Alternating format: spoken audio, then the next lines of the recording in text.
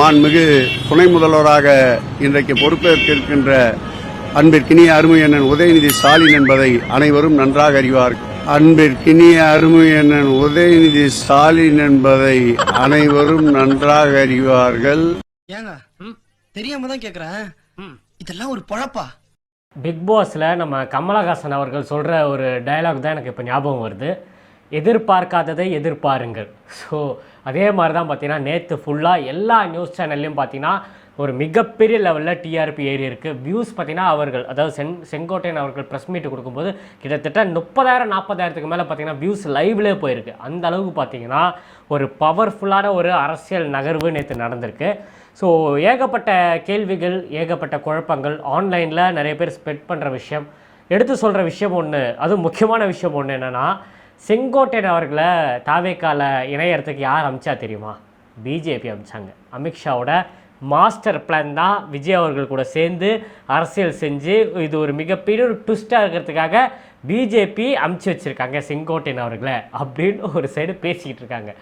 இன்னொரு சைடு பார்த்திங்கன்னா நேற்று நடந்த விஷயம், பனையூரில் இந்த நிகழ்ச்சி நடக்கும்போது ப்ரெஸ்ஸெல்லாம் நின்று பேட்டி எடுக்கிறதுக்கும் ப்ரெஸ் மீட் நடத்துறதுக்கெல்லாம் ஒரு வரைமுறைகள்லாம் இருக்குது பனையூர். அதை பற்றி நம்ம டீட்டெயிலாக பேசுவோம். ஸோ அந்த இடத்துல பார்த்திங்கன்னா நியூஸ் 24 நினைக்கிறேன், அந்த நியூஸ் தமிழ் அந்த டிவியோட கேமராமேன் அவர்களுக்கு பார்த்திங்கன்னா தலையில் அடிபட்டிருக்கு, ரத்தம் கொட்டுன்னு கொட்டியிருக்கு அப்படின்னு சொல்லி வெளியே ஸ்ப்ரெட் பண்ணுறாங்க.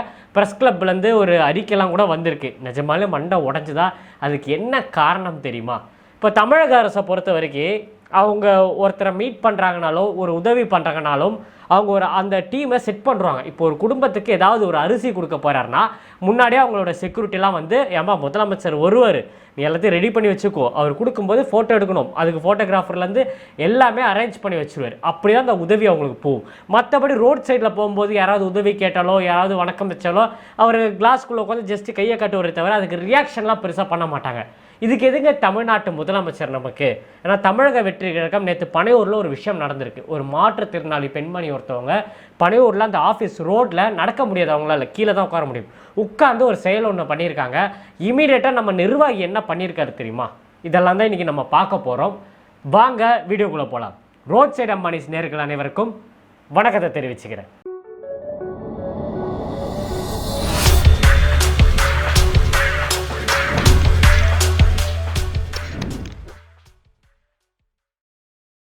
நம்ம தலைவர் சொன்ன விஷயம் கரெக்டு தான். இந்த அவதூறு பரப்புறதுல திமுகவை அடிச்சுக்க ஆளே கிடையாது. என்ன பண்ணுறதுனே தெரில. ஆனால் உதயநிதி அவர்களோட பிறந்தநாள் ஒரு சைடு, இன்னொரு சைடு பார்த்திங்கன்னா தமிழக வெற்றி கழகத்தோட நிகழ்ச்சி ஃபுல்லாக ஃப்ளாஷு. அப்போது செங்கோட்டையன் அவர்கள்கிட்ட ப்ரெஸ் மீட்டில் கேட்குறாங்க, என்ன சார் நீங்கள் எதுக்கு தமிழக வெற்றி கழகத்தில் இணைஞ்சிங்க, என்ன காரணம்? நீங்கள் டிடிவி இருக்காங்க, பன்னீர்செல்வம் இருக்காங்க, டிஎம்கே இருக்குது, பழனிசாமி இருக்காங்க, நீங்கள் ஒரு மூத்த அரசியல்வாதி, 50 வருஷத்துக்கு மேலே பார்த்தீங்கன்னா அரசியலில் இருக்கீங்க, 3 சீஃப் மினிஸ்டரை பார்த்துருக்கீங்க, அந்த மாதிரி ஒரு அரசியல் சப்போர்ட் இருக்கிற ஒரு பர்சன் எதனால் புது கட்சி தமிழக வெற்றி கழகத்தில் இணைஞ்சிங்கன்னு கேட்கும்போது அவர் நறுக்குன்னு ஒரு ப்ரெஸ் மீட்டில் அந்த பதில் ஒன்று கொடுத்துருந்தார். அதாவது, நான் நிற்கும் போதும் வந்து வீடியோ எடுக்கிறீங்க, நான் நடக்கும்போதும் வீடியோ எடுக்கிறீங்க, நான் ஜன்னலை திறந்தாலும் வீடியோ எடுக்கிறீங்க, என்னை சுற்றி கேமராவாக இருக்குது. ஸோ இதுக்கு நான் என்ன பதில் சொல்கிறது? அப்போது மக்கள் எதை பார்க்க விரும்புகிறாங்கன்ட்டு உங்களுக்கு தெரியும். அதாவது அந்த சேனல் முதலாளியே அவர்கிட்ட சொல்கிறாராம், டிஆர்பி, அதாவது நம்ம விஜயனோட ஃபேஸுக்குன்னு சொல்லி தொலைக்காட்சியில் ஒரு டிஆர்பி இருக்குது. அதுதான் பார்த்தீங்கன்னா நடுவில் இந்த நம்ம பிடி பிரைம், அதாவது புதிய தலைமுறை கூட பார்த்தீங்கன்னா அரசாங்கம் சேனல்லேருந்து பார்த்தீங்கன்னா அந்த புதிய தலைமுறை மட்டும் நீக்கிட்டாங்க. காரணம் என்னென்னா, இந்த சைடு அவங்க சொன்ன லைவை கவரேஜ் பண்ணாமல் விஜய் அவர்களோட சுற்றுப்பயணம் லைவ் கவரேஜ் பண்ணதுக்கு அவங்களும் அந்த பட்டியலேருந்து தூக்கிட்டாங்க. ஸோ அதனால் பார்த்தீங்கன்னா அவங்க ஏன் விஜய் நான் ஃபோக்கஸ் பண்ணுறாங்கன்னா அவங்களோட டிஆர்பி, அதாவது அரசியல் வரலாறுல இவ்வளோ நாள் பார்த்தீங்கன்னா சேனல் டிஆர்பி எல்லா இடத்துலையும் கம்மியாக தான் இருந்திருக்கு. என்றைக்கு தமிழக வெற்றி கழகம் என்ற ஒரு கட்சி உள்ளே வந்ததோ அன்னிலேருந்து பார்த்தீங்கன்னா பொலிட்டிக்கலுக்கு ஒரு மிகப்பெரிய மைலேஜ்னு சொல்லலாம். ஸோ செங்கோட்டையன் அவர்கள் பார்த்தீங்கன்னா நம்ம கட்சியில் இணையராகன்னு சொன்னோன்னே அவர் எங்கே போனாலும் அவர் கதவை திறந்தாலும் வெளியே கேமரா நிற்கிது, அந்த அளவுக்கு பார்த்தீங்கன்னா இருக்குது. அது ப்ரெஸ் மீட்டில் அவரே சொல்கிறார், நான் எங்கே போனாலும் நீங்கள் என்னை பின் தொடர்றீங்க. அப்போ இளைஞர்கள் எதை விரும்புகிறாங்க, மக்கள் எதை விரும்புகிறாங்க, எதை பார்க்க விரும்புகிறாங்கன்றத உங்களுக்கு தெரியுது, அப்போ நான் கரெக்டான இடத்துக்கு தான் வந்திருக்கேன்ற மாதிரி ஒரு நறுக்குன்னு ஒரு பதில் சொல்லியிருந்தாரு. ஆனால் என்னுடைய பயணத்தை பொறுத்தவரையிலும் ஒரு தூய்மையான ஆட்சி தமிழகத்திலே மலர்வதற்கு தமிழக வெற்றி கழகம் இளவல் நம்முடைய வெற்றி பயணத்தை மேற்கொண்டிருக்கிற விஜய் அவர்கள் ஒரு மாபெரும் இயக்கத்தை உருவாக்கி மக்கள் மனதிலே இடம்பெற்றிருக்கிறார். இங்கே வந்த பத்திரிகை நண்பர்களே அவருடைய குழந்தைகளை கேட்டால் சொல்லும், பள்ளிக்கு செல்கிற குழந்தையாக இருந்தாலும் கல்லூரிக்கு செல்கிற குழந்தையாக இருந்தாலும் கூட அப்பா அம்மா இந்த முறை அவருக்கு ஓட்டளிங்கள் என்று கேட்கின்ற நிலை தமிழ்நாட்டிலே பல்வேறு இடங்களிலே பல்வேறு செய்திகள் வந்து கொண்டிருக்கிற நிலை என்னிடத்திலே சொல்லியிருக்கிறார். என்ன காரணம்? ஒரு மாற்றம் தமிழகத்திலே வேண்டும். தமிழகத்திலே ஒரு புதிய மாற்றத்தை உருவாக்கப்பட வேண்டும். தமிழகத்திலே இவர்கள் மட்டும்தான் ஆள வேண்டுமா? ஏன் ஒருவர் மற்றவர் நல்ல புனித ஆட்சியை நடத்துவதற்கு, ஒரு தூய்மையான ஆட்சியை நடத்துவதற்கு ஒருவர் தேவை என்ற எண்ணம் மக்கள் மனதிலே நிறைந்திருக்கிறது என்பதுதான் இந்த தமிழகம் வெற்றி கழகம் இன்றைக்கு பயணத்தை மேற்கொள்கிற போது அது வெற்றி பயணமாக நடைபெற்றுக் கொண்டிருக்கிறது. மக்கள் மாற்றத்தை விரும்புகிறார். ஒரு தூய்மையான ஆட்சி தமிழகத்திலே கொண்டு வர வேண்டும், ஒரு மாற்றங்கள் தேவை என்ற நோக்கத்தோடு தான் இந்த பயணங்களை அவர் மேற்கொண்டிருக்கிறார்கள். ஆகவே 2026 என்பது மக்களால் வரவேற்கப்படுகிற, மக்களால் ஏற்றுக்கொள்ளப்படுகிற, மக்களால் உருவாக்கப்படுகிற ஒரு புனித ஆட்சி தமிழகத்திலே உருவாகுவதற்கு நம்முடைய வெற்றி கழகத்துடைய தலைவர் அன்பிற்கினிய இளவல் விஜய் அவர்கள் வெற்றி பெறுவார்கள். 2026 மக்களால் மாபெரும் புரட்சி உருவாகி வெற்றி என்ற இலக்கை அவர் எட்டுவார் என்பதை மட்டும் நான் இந்த நேரத்திலே உங்களுக்கு பணிவன்போடு தெரிவித்து என் வாழ்த்துக்களையும் நன்றியும் பாராட்டுதலையும் தெரிவித்துக் கொள்கிறேன். நன்றி, வணக்கம். ஸோ இப்போ ஆன்லைனில் அதிகமாக திமுக இருக்கவங்க ஸ்ப்ரெட் பண்ணுற விஷயம் என்ன தெரியுமா? செங்கோட்டன் அவர்களை பார்த்தீங்கன்னா பிஜேபி தான் அமைச்சது, இதெல்லாம் அமித்ஷா அவர்களோட செட்டிங்கு. யோசிச்சு பாருங்க, பிஜேபியும் ஏடிஎம்கேவும் கூட்டணியா, அந்த கூட்டணியில் இருக்கிற ஏடிஎம்கேலேருந்து செங்கோட்டையன் பிரிஞ்சு வராரு. ஸோ இவர் பார்த்தீங்கன்னா அமித்ஷா சொல்லி வராராம், எதுக்கு? விஜய் கூட சேர்றதுக்கு. இது என்ன லாஜிக்னே தெரியல. அது திமுக இப்படி பரப்புது. ஸோ திமுக பிஜேபியும் மறைமுக கூட்டணி, திமுக ஜெயிக்கிறது தான் இப்போ இருக்கிற பழனிசாமி வேலையை பார்த்துட்டு இருக்காரு. அந்த அளவுக்கு பார்த்தீங்கன்னா அரசியலில் ஒரு மிகப்பெரிய செட்டிங் ஒன்று நடந்துட்டு இருக்கு. ஸோ இங்கே வந்து சேர்ந்தோன்னா நிறைய பேருக்கு வைத்தெரிச்சல். காரணம், இவ்வளோ நாள் நிறைய பேர் சொல்கிற விஷயம் என்ன, தமிழக வெற்றி கழகம்லாம் பார்த்தீங்கன்னா பெருசாக அரசியல் அனுபவம்லாம் கிடையாது, எல்லாம் புது பசங்க. அவரோட கட்சி தலைவருக்கு என்ன தெரியுமா, அவர் இவ்வளோ நாள் நடிச்சிட்டு இருந்தாரு, புசி அனந்தன் ஒருத்தர் இருக்காரு, அவருக்கு என்ன தெரிய போகுது, அவருக்கு ஒழுங்காக பேசக்கூட மாட்டுறாரு, இந்த மாதிரி ஏகப்பட்ட விமர்சனங்கள். ஆனால் அதே புசி அனந்த் அவர்கள் தான் இந்த கட்சியை இது வரைக்கும் கொண்டு வந்து நிப்பாட்டி வச்சிருக்காரு. அவ்வளோ பவர்ஃபுல்லான ஒரு பார்ட்டியாக எல்லாருமே அதிர வச்சிருக்காரு பாருங்களா. இதே புசி அனந்த் தான் கொண்டு வந்து இங்கே நிற்க வச்சிருக்காரு. இதே புசி அனந்த் தான் இப்போ அரசியலோட எல்லா நகர்களும் ஒவ்வொன்றா மூவ் பண்ணிட்டு இருக்காரு. அங்கே இருக்கிற நிர்வாகிங்க, இப்போ அதை ஒரிஜினலாக இருந்தாலும் சரி, அருண் ராஜா இருந்தாலும் சரி, சிடிஆர் அண்ணா நிர்மல்குமாராக இருந்தாலும் சரி, எல்லாருமே வந்து ஒரு இடத்துல நின்று இந்த கட்சி இந்த அளவுக்கு வந்து நிற்கிறது காரணம் அந்த புசி அனந்த் அவர்கள் தான். ஸோ அவருக்கு அப்புறம் பார்த்தீங்கன்னா அடுத்த கட்டத்தில் இப்போ செங்கோட்டையன்ற ஒரு அரசியலில் மிகப்பெரிய ஒரு ஆளுமை இருக்கிற ஒரு மனிதர் வந்து நிற்கிறாரு. ஆனால் நீங்கள் நோட் பண்ணிங்கன்னா தெரியும், விஜய் அண்ணா நிறைய பேர் நம்ம கட்சியில் இணையும் போது இந்த அளவுக்கு ஒரு வீடியோ போட்டதில்லை. இவர் செங்கோட்டையன் அவர்கள் வராருன்னா அவருக்கு ஒரு மரியாதை கொடுக்குற மாதிரி ஒரு வீடியோ, அதில் பார்த்தீங்கன்னா அவரோட வரலாறு, 20 வயசுலேருந்து அரசியல் வந்த விஷயங்கள், அவரோட எக்ஸ்பீரியன்ஸை பார்த்தீங்கன்னா அந்த வீடியோ கிளிப்பில் சொல்லி அவரை ஒரு மிகப்பெரிய லெவலில் ஒரு வரவேற்பை கொடுத்துருந்தார். ஸோ இப்போ திமுகவுக்கு மிகப்பெரிய ஒரு வைத்தெரிச்சல் என்னன்னு பார்த்தீங்கன்னா, இப்போ அதிகமாக ஸ்ப்ரெட் ஆகிற நியூஸ் உங்களுக்கு தெரிஞ்சிருக்கும். திமுகவில் இருக்கிற நிறைய பேரே பார்த்தீங்கன்னா விஜய் அண்ணா மேலே ஒரு ஈர்ப்பு வந்து தமிழக வெற்றி கழகத்தில் இணைய ரெடியாக இருக்காங்க. இந்த சைடு பார்த்தீங்கன்னா செங்கோட்டையன் அவர்களோட ஆதரவாளர்கள், என்னடா இவர் போயிட்டாரு, இவர் தமிழக வெற்றி கழகம் போனோன்னா இந்த அளவுக்கு ஆதரவு இருக்கே, நம்மளும் இங்கேருந்து போயிடலாம், ஏன்னா பிஜேபியோட கூட்டணி வச்சிருக்காரு, பழனிசாமி நம்ம சொன்னாலும் கேட்க மாட்டாரு, அவரோட வியூலே அவர் போயிட்டு இருக்கிறாரு. ஸோ இப்படி இருந்தால் ஏடிஎம்கே அழிஞ்சு போயிடும்ன்றது நல்லா தெரிஞ்சிச்சு. நம்ம செங்கோட்டையன் அவர்கள் மாதிரி முன்னாடியே போயிட்டா நம்ம ஒரு நல்ல இடத்துல போய் உட்காந்துருவோம். கடைசியாக போகிறதுக்கும் முதல்ல வரதுக்கும் நிறைய வித்தியாசம் இருக்குது. ஸோ அரசியலாக அதை நம்ம எடுத்து சொல்லணும். அதனால தான் நம்ம சீனியர்னு ஒரு விஷயம் சொல்லுவோம். இப்போ கட்சியில் என்னை பொறுத்த வரைக்கும் பார்த்தீங்கன்னா, நீ எப்போ தமிழக வெற்றி கழகத்தில் இருந்த, எப்போ வந்தேன்னு சொன்னால் என்னோட மக்களிகம் வரலாறு எடுத்து பார்த்தீங்கன்னா ரொம்ப வருஷத்துக்கு முன்னாடி. ஸோ என்னோட அரசியல் எக்ஸ்பீரியன்ஸ் கேட்டிங்கன்னா தமிழக வெற்றி கழகம் ஆரம்பிக்கும் போதே நான் விஜய் அண்ணன் கூட இருக்கேன். ஸோ இதெல்லாம் இப்போ நம்ம எப்படி செங்கோட்டையன் அவர்களை எம்ஜிஆர் அவர்களோட கம்பேர் பண்ணி பேசுகிறோம், அதே மாதிரி பார்த்தீங்கன்னா நான் ப்ரௌடாக ஃபீல் பண்ணுறேன்.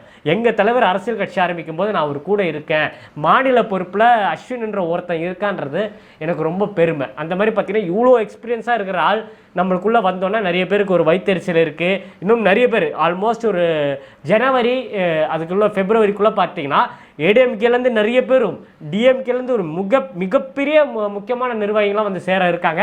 அது சஸ்பென்ஸாக வச்சுக்கிறேன், இப்போ நான் சொல்ல விரும்பல. அது வந்த உடனே ஒரு ஷாக்கிங்காக இருக்கும். அந்த மாதிரி நிறைய பேர் வர வாய்ப்புகள் இருக்குது. இப்போதைக்கு நம்ம உதயநிதியோட பிறந்தநாள் அப்படியே காணாமல் போச்சுன்னே சொல்லலாம். அனைவருக்கும் வணக்கம். ஒரு 20 வயசு இளைஞராக இருக்கும்போதே புரட்சி தலைவர் எம்ஜிஆர் அவர்களை நம்பி அவங்களுடைய மன்றத்தில் சேர்ந்தவர். அந்த சின்ன வயசுலேயே எம்எல்ஏ என்ற ஒரு பெரிய பொறுப்பை ஏற்றவர். அதுக்கப்புறம் அவருடைய அந்த பயணத்தில் அந்த இயக்கத்தின் இருபெரும் தலைவர்களுக்கு ஒரு பெரிய நம்பிக்கைக்குரியவராக அரசியல் களத்தில் இருந்தவர். இப்படி 50 வருஷமாக ஒரே இயக்கத்தில் இருந்த அண்ணன் செங்கோட்டையன் அவர்கள் இன்னைக்கு அவங்களுடைய அரசியல் அனுபவமும் அவங்களுடைய அந்த அரசியல் களப்பணியும் நம்மளுடைய தமிழக வெற்றி கழகத்திற்கு ஒரு பெரிய உறுதுணையாக இருக்கும் என்ற நம்பிக்கையுடன் இன்னைக்கு அவங்களுக்கும் அவங்களோட இணைந்து பணியாற்ற நம்மளோடு கைகோர்க்கும் அனைவருக்கும் மக்கள் பணியாற்ற வரவேற்கிறேன். நல்லதே நடக்கும், நல்லதே நடக்கும், நல்லது மட்டுமே நடக்கும். வெற்றி நிச்சயம். அதுக்கப்புறம் பார்த்தீங்கன்னா நேற்று இந்த நிகழ்ச்சிலாம் நடக்கும்போது ப்ரெஸ் மெம்பர்ஸ் நிறைய பேர் வந்திருக்காங்க. நான் ரெகுலராக பார்க்குற விஷயம் தான், நம்ம தமிழக வெற்றி கழகத்தோட எந்த ஈவெண்ட் நடந்தாலும் அந்த கேட்டு வெளியே நிறைய ப்ரெஸ் மெம்பர்ஸ் வருவாங்க.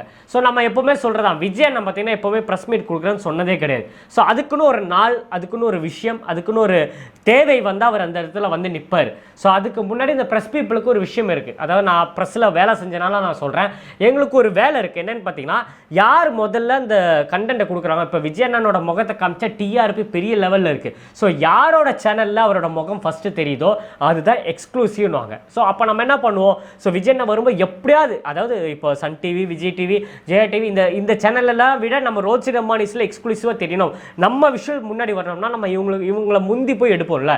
ஸோ இதே மாதிரி தான் பார்த்தீங்கன்னா எல்லாருக்குமே இருக்கும். ஸோ நம்ம பேரிகேட்லாம் போட்டு ப்ரெஸ்ஸுக்குன்னு ஒரு தனியாக ஒரு இடத்த கொடுத்துருக்கோம். ஸோ அந்த பேரிகேடையும் தாண்டி ஒருத்தர் பூண்டு வந்திருக்காரு. எதுக்குன்னா எக்ஸ்க்ளூசிவான வீடியோ எடுக்கிறதுக்கு. எகிரி வரும்போது பவுன்சர்ஸோட வேலை என்ன, பாதுகாப்பு கொடுக்கறது. அதாவது விஜய் அண்ணனுக்கு எதுவுமே ஆகாமல் அழகாக அவர் வந்து திரும்ப அவர் வீட்டுக்கு போகிற வரைக்கும் பாதுகாப்பு கொடுக்குறதா விஜய் அண்ணனுக்கு அந்த பவுன்சர்ஸ் கொடுக்குற ஒரு மிகப்பெரிய ஒரு மரியாதைன்னு சொல்லலாம். ஸோ இதுதான் நம்ம மாநாட்டில் நீங்கள் பார்த்துருப்பீங்க, நிறைய பேர் ஏறி வரும்போது ஒருத்தர் தூக்கி போட்டது எந்த அளவுக்கு ட்ரெண்ட் ஆகிடுச்சு, எவ்வளோ நெகட்டிவ் எவ்வளோ ஸ்ப்ரெட் பண்ணாங்கன்னு உங்கள் எல்லாருக்குமே தெரியும். அது அவங்களோட வேலையாக இருந்தாலும் நான் கூட சொன்னேன், அவர் அந்த பவுன்சரோட வேலை அது. ஆனால் சப்போஸ் யாராவது விஜய் அண்ணனை பிடிக்காதவங்களோ இல்லை எதிர்கட்சியாளர்களோ யாராவது முந்தி வந்து அவர் ஏதாவது பண்ணிட்டாங்கன்னா அதனால பவுன்சர்ஸ் எச்சரிக்கையாக இருக்காங்கன்னு சொன்னால், இருந்தாலும் அந்த மாதிரி பண்ணிடக்கூடாதுன்னு சொல்லி நம்மளும் அந்த நேரத்தில் விமர்சனம் வச்சுருந்தோம்.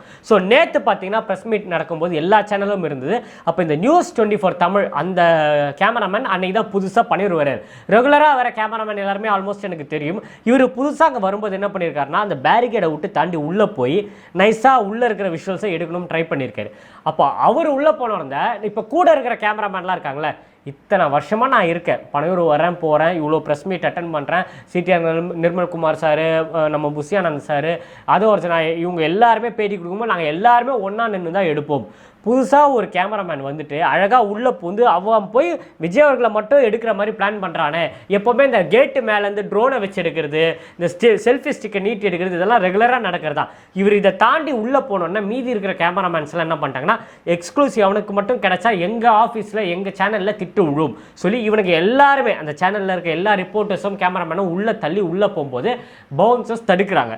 அந்த க்ரௌடு உள்ள ரொம்ப தடுக்கும்போது இந்த அடிபட்டுருக்குன்னு சொன்னல அந்த நியூஸ் சேனலில் கேமராமேன் பக்கத்தில் இன்னொரு கேமராமேன் நின்று இருக்கார். அவருக்கு என்ன பண்ணிருக்காரு, கையில் ட்ரைபாடை தூக்கிட்டு அது மேலே செல்ஃபோனை வந்து ஹேங் பண்ணிட்டு இப்படி வீடியோ எடுத்துகிட்டே வந்திருக்காரு. அந்த டைம் இந்த பவுன்சர்ஸ் தள்ளும்போது இவர் அவர் மேலே சாஞ்சி இவர் கையில் இருக்கிற ட்ரைபாடை அவரோட நெத்தி இந்த சைடில் பார்த்தீங்கன்னா தட்டி இருக்கு. லைட்டாக இப்போ நம்ம முள்ளெல்லாம் கீறினா எப்படி இருக்கும் அந்த மாதிரி லைட்டாக ஒரு ஸ்ட்ரிப்பு தான், அது ஸ்ட்ரிப் ஆனால் அந்த தோல் போய் அங்கேருந்து லைட்டாக பிளட் வர ஆரம்பிச்சிருக்கு. இமீடியட்டாக பக்கத்தில் இருக்கவங்க ஏடிஎம்கேயோட ஒரு பத்திரிக்கையில் ரிப்போர்ட்டர் ஒருத்தர் இருந்தாராம். உடனே இது வந்து வன்முறை, டிவிக்கு எப்போவுமே இப்படி தான் பண்ணுறாங்க, பத்திரிக்கையில் இருக்க மரியாதையை கொடுக்கறது இல்லைன்னு சொல்லி அந்த ஒருத்தர் கத்த ஆரம்பிச்சோடனே எல்லாருமே உள்ளே சேர்ந்து சப்போர்ட் பண்ணி அங்கே ஒரு ஸ்ட்ரைக் மாதிரி ஒரு விஷயத்தை பண்ணாங்க. இமீடியட்டாக அதை ஒரு நான் பார்த்தீங்கன்னா அவரை கூப்பிட்டு பேண்டேஜ் எல்லாம் போட்டு ஒரு முதலுதவியெல்லாம் இமீடியட்டாக பண்ணி விட்டு உடனே மன்னிப்பு கேளுங்கன்னு சொல்லி அவங்க பேச ஆரம்பித்தாங்க. அப்புறம் யார் அந்த பவுன்சர் கூப்பிட்டு அந்த இடத்துல பவுன்சர் வந்து சாரி கேட்க வச்சு தான் அமிச்சாங்க. ஸோ ஒரு ப்ரெஸ்ஸில் வேலை செஞ்சேன் நான் சொல்கிறேன், எனக்கு அதை பார்க்கும்போது நிஜமாலே கேவலமாக இருந்தது. ஏன் உனக்கு இந்த மாதிரி பண்ணுறாங்க. ப்ரெஸ் ரிப்போர்ட்டர்ஸ் 2-3 பேர்கிட்ட பேசினா அவங்க கூட சொன்ன, தலைவா இதெல்லாம் ஒரு விஷயமே கிடையாது தலைவா, இவனுக்கு சும்மா சீன் போட்டிருக்கானுங்க, இதுவாக இவங்க ஸ்டாலின் வரும்போது இந்த மாதிரி பண்ண முடியுமா, துணை முதலமைச்சர் வரும்போது இந்த மாதிரி பண்ண முடியுமா, ஜெயலலிதா கிட்ட இந்த மாதிரி பண்ண முடியுமா, ஜெயலலிதாலாம் வர்றாங்கன்னா 1 கிலோமீட்டர் தள்ளி தான் இவனுங்களாம் நிற்பானுங்க. அதாவது இந்த ரிப்போர்ட்டர் கூட இருந்த ஒருத்தர் ரிப்போர்ட்டரே சொல்கிறாரு, இவங்கெல்லாம் வந்துட்டு இந்த மாதிரி பண்ணுறாங்க, ஏன்னா விஜய் அவர்களை ஈஸியாக ஆக்சஸ் பண்ணலாம், ஈஸியாக பிடிச்சிடலாம், உள்ளே வந்து ஈஸியாக பிரச்சனை பண்ணலான்றனால தானே இப்படி பண்ணுறாங்க. நான் இப்போ சொல்கிறேன், நாளைக்கு தமிழக வெற்றி கழகம் நீங்களாம் அலோடே கிடையாதுன்னு சொல்லி கேட்டால் பிடிட்டா என்ன பண்ணுவீங்க? ஒரு மரியாதைக்கு உங்களை உள்ளே கூப்பிட்டு ஒரு விஷயம் பண்ணும்போது அதுக்கான மரியாதை நீங்கள் கொடுக்கணும்ல. உடனே நியூஸில் ஃப்ளாஷ் ஆகுது, இந்த ப்ரெஸ் மெம்பர்ஸ் எல்லாம் வந்து மதிக்க மாட்டாங்க, உடனே ப்ரெஸ் கிளப்பு ஒரு நோட்டீஸ் போடுறாங்க. ஸோ இதை நம்ம எங்கே போய் சொல்கிறோம், 5 மாதம் தான் இருக்குது, 5 மாதத்தில் எலெக்ஷன் வரப்போது எல்லாம் மாறப்போகுது. அப்போ வந்து உங்களுக்கு தெரியும் விஷயம் என்னன்றதை அப்போ தெரியும். அப்போ உங்களுக்கு நம்ம கொடுக்குற ரியாக்ஷன் ஒன்று இருக்குது, அப்போ தான் உங்களுக்கு தெரியும். இப்போ ரீசெண்டாக கூட கௌரி கிருஷ்ணனை பார்த்தீங்கன்னா கார்த்தின்றவர் ஒரு கேட்ட கேள்விக்கு என்னென்ன நடந்தது ஆன்லைன்லேயும் சரி இதுலேயும் சரி இந்த பத்திரிகைலாம் என்ன வேணால் பண்ணலாம் என்ன வேணால் செய்யலாம்ன்ற அளவுக்கு ஒரு பிம்பம் ஒன்று கிரியேட் ஆகிடுச்சு. நான் ப்ரெஸ்ஸு தெரியுமா, இப்போ 2 வீலரில் கூட ப்ரெஸ்ஸுன்னு எழுதி போனால் போலீஸ்காரங்க பிடிச்சா நான் ப்ரெஸ்ஸில் வேலை செய்கிறேன், அவன் ஹெல்மெட் போட மாட்டான், சரக்கடிச்சிட்டு போவான், லைசன்ஸ் இருக்காது, ஆர்சி புக் இருக்காது, இன்சூரன்ஸ் இருக்காது, ஆனால் ப்ரெஸ்ஸுன்னு எழுதியிருப்பான். ஆனால் நான் பத்திரிக்கையில் என்னை விட்டுரு அந்த அளவுக்கு ஒரு கெத்தோட சுற்றுறாங்க. இதெல்லாம் எவ்வளோ நாளில் எத்தனை வாட்டி நம்ம இதை எடுத்து சொன்னாலும் தமிழ்நாட்டில் அப்படி தான் நடந்துகிட்ருக்கு. ஸோ இதை பற்றி என்னன்றதை நீங்கள் கமெண்டில் தான் தெரியப்படுத்துகிறோம். இதை நான் சொல்கிறது உங்களுக்கு ஆல்மோஸ்ட் புரிஞ்சிருக்கும்னு நினைக்கிறேன், அதை கமெண்டில் தெரியப்படுத்துங்க. அப்புறம் நம்ம அண்ணனோட சுற்றுப்பயணம் புதுச்சேரியில் ரோட் ஷோ மூலயமா காலைல 9 மணிலேருந்து ஈவினிங் 5 மணி வரைக்கும் பார்த்தீங்கன்னா ரோட் ஷோக்கான பர்மிஷன் கேட்டிருக்காங்க. ஸோ என்னை பொறுத்த வரைக்கும் நான் நினச்சது என்னென்னா, நம்ம புதுச்சேரின்னும் போது நம்மளால் ஈஸி ஆக்சஸ். காரணம் அங்கே இருக்கிற சீஃப் மினிஸ்டர் ரங்கசாமி அவர்களுக்கும் நம்ம புஷி ஆனந்த் சாருக்கும் நம்ம விஜயண்ணனுக்கும் பார்த்தீங்கன்னா அவ்வளோ ஒரு நட்பு இருக்குது. அவங்க நிறைய வாட்டி சந்திச்சிருக்காங்க, நிறைய வாட்டி பேசியிருக்காங்க, நிறைய வாட்டி வாழ்த்துக்கள் தெரிவிச்சிருக்காங்க. ஸோ நம்ம புதுச்சேரின்னும் போது ஈஸி. தமிழ்நாட்டில் தானே நீ எனக்கு பர்மிஷன் கொடுக்க மாட்டேற, வேறு ஸ்டேட்டு புதுச்சேரி, ஸோ அங்கே போய் நான் யாருன்றதை உனக்கு காட்டுறேன். ஸோ தமிழக வெற்றி கழகம் அங்கே போய் நின்னா எந்த அளவுக்கு க்ரௌடு வரும், அதை சுற்றி இருக்கிற வட்டாரங்கள், ஸோ ஒரு மாசான மூமெண்ட்டாக இருக்கும். எனக்கு தெரிஞ்சு பிஜேபியும் என்ஆர் காங்கிரஸும் சேர்ந்து தான் அங்கே இருக்கிற ஆட்சியெல்லாம் நடத்திட்டு இருக்காங்க. ஸோ சப்போஸ் விஜயண்ணா உள்ளே வந்தார்னா டோட்டலாக அது காங்கிரஸுக்கு கிடைக்க வாய்ப்புகள் அதிகமாக இருக்குது. ஸோ அந்த மாதிரி ஒரு பேசஸில் கூட அங்கே நிறைய ஒர்க் பண்ணலாம், அதாவது ஈஸியாக அடிச்சிடலாம் புதுச்சேரியில். இப்போ ரீசெண்டாக வந்த நியூஸ் என்னென்னு பார்த்தீங்கன்னா, அங்கே ஒருத்தர் ஒரு பெட்டிஷன் கொடுத்துருக்காரு, விஜய் அவர்கள் பாண்டிச்சேரி வந்தால் பாண்டிச்சேரி பிரச்சனை வந்துடும், ஸ்தம்பிச்சிரும், மக்களுக்கெல்லாம் இடையூறாயிடும், அப்படி இப்படின்னு சொல்லி ஒருத்தர் பெட்டிஷன் கொடுத்துருக்காரு. சம்மந்தமே இல்லாமல் இங்கே தான் நம்ம திமுக வேலையை பார்க்குறதுனா அங்கே மறைமுகமாக எவன் வேலையை பார்க்குறான்னு தெரில. ஸோ ஏன் விஜய் அவர்கள் அங்கே வரக்கூடாது, அங்கே நிற்கக்கூடாது, எங்கெங்கே போனாலும் மறுப்பு தடை தடை தடை, விஜய் அவர்கள் வெளியே வரக்கூடாது, எப்படியெல்லாம் செட்டிங் போடுறாங்க பாருங்கள். ஆனால் எனக்கு தெரிஞ்சு டிசம்பர் 5ஆம் தேதி 6ஆம் தேதி அந்த சப்போஸ் அந்த டேட்டுக்குள்ளே, ஆனால் நவம்பர் 11 தான் ஒரு புதுச்சேரி பிளான் பண்ணியிருந்தார். இந்த கரூர் இன்சிடென்ட்னால அதெல்லாம் கேன்சல் ஆகி இப்போ ஆல்மோஸ்ட் டிசம்பர் 5-6க்குள்ளே பார்த்தீங்கன்னா விஜயன் புதுச்சேரி போகிற மாதிரி பிளான் பண்ணியிருக்காங்க. அதுக்கான வேலைகள் ரூட்டு எல்லாமே ரெடி பண்ணிகிட்டு இருக்காங்க. ஸோ எனக்கு தெரிஞ்சு அது மிகப்பெரிய கேமாக இருக்கும் அரசியலில்.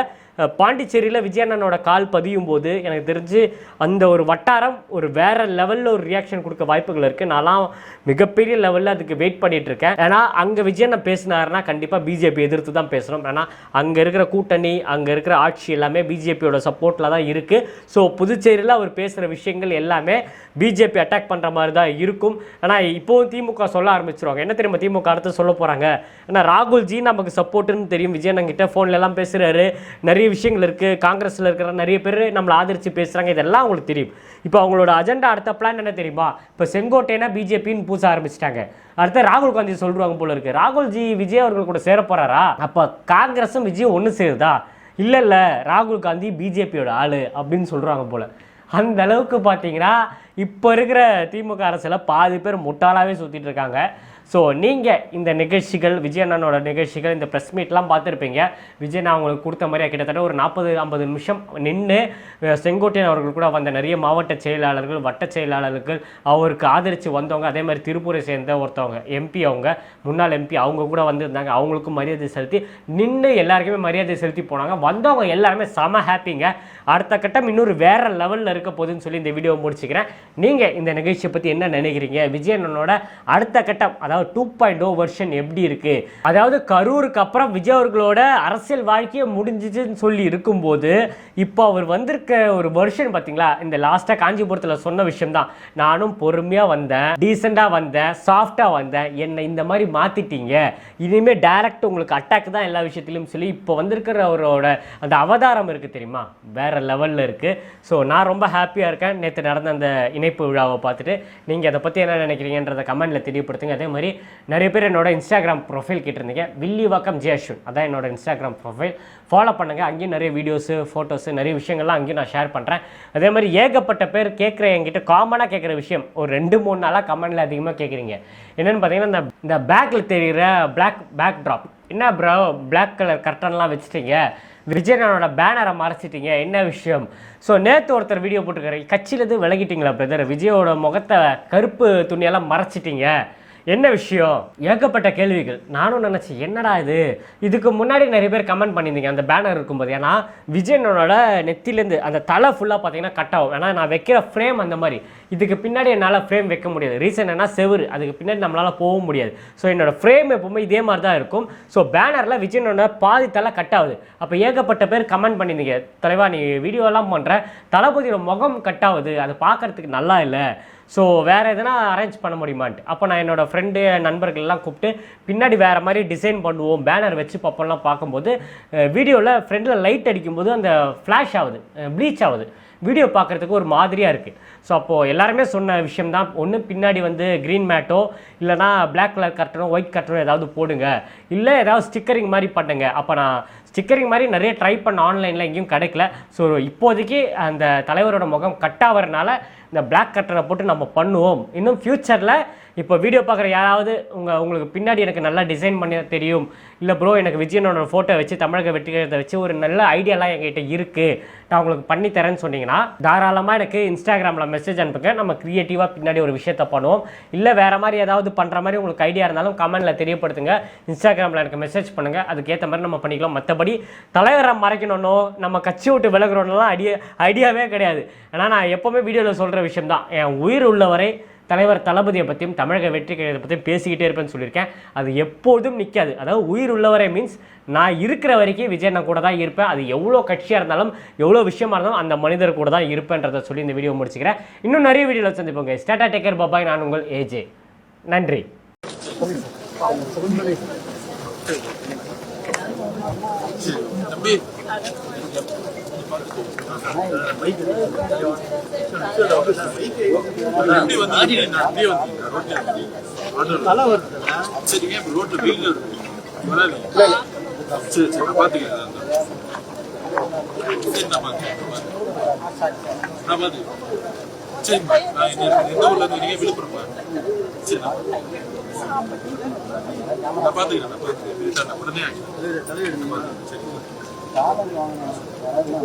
நீங்க இப்படி ரோட்ல இருக்காது, எனக்கு கஷ்டமா இருக்கு போறதுக்கு. நான் இப்ப நான் ரெடி பண்றேன், கவலைப்படாதீங்க, நான் சரி பண்றேன். கார்ல உட்காந்து பஸ் ஸ்டாண்ட் போன் நம்பர்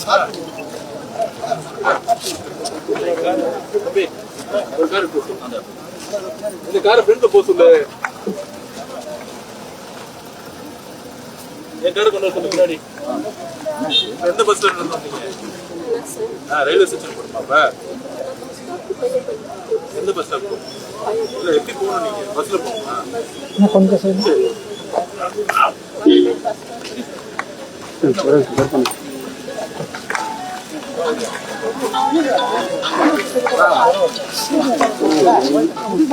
என்னங்கடா ஏன்டா